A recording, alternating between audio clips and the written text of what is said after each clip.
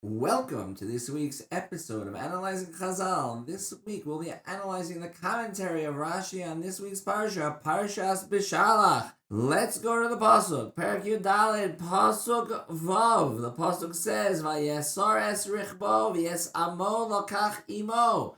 And Paro prepared his chariot and took his people. Rashi. Moshcham bidvarim, lokinu v'natlu mamonenu, v'shalchonum, bo'imi v'ani lo esnahi imochem kishar melachim. Paro convinced them with words. We were smitten by them. They took our money and we sent them away. Come with me to fight, and I will not act in battle the way that other kings do. The explanation of Rashi. Rashi explains that Paro convinced the Egyptians to go fight by telling them that we were beaten and the Jews stole our money, and if you come with me, I will give you benefits that no other king has ever given their people at the time of war. Hint: if you were trying to convince someone to do something, what would you say to them? Okay, with the information you already have in the hint, can you come up with a question yourself? Here's the question.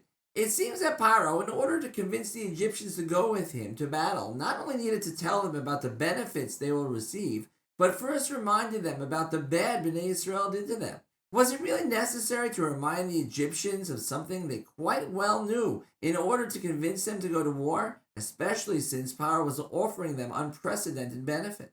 The answer, as we always say, comes from the question, which was, is it really necessary to remind the Egyptians of something they quite well knew in order to convince them to go to war, especially since Paro was offering them unprecedented benefits? The answer is yes, and the reason can be that even though the power of receiving something is a very good tool to use to inspire a person to action, the feeling of being able to resolve an issue where you felt you failed is a much greater tool to use to inspire someone.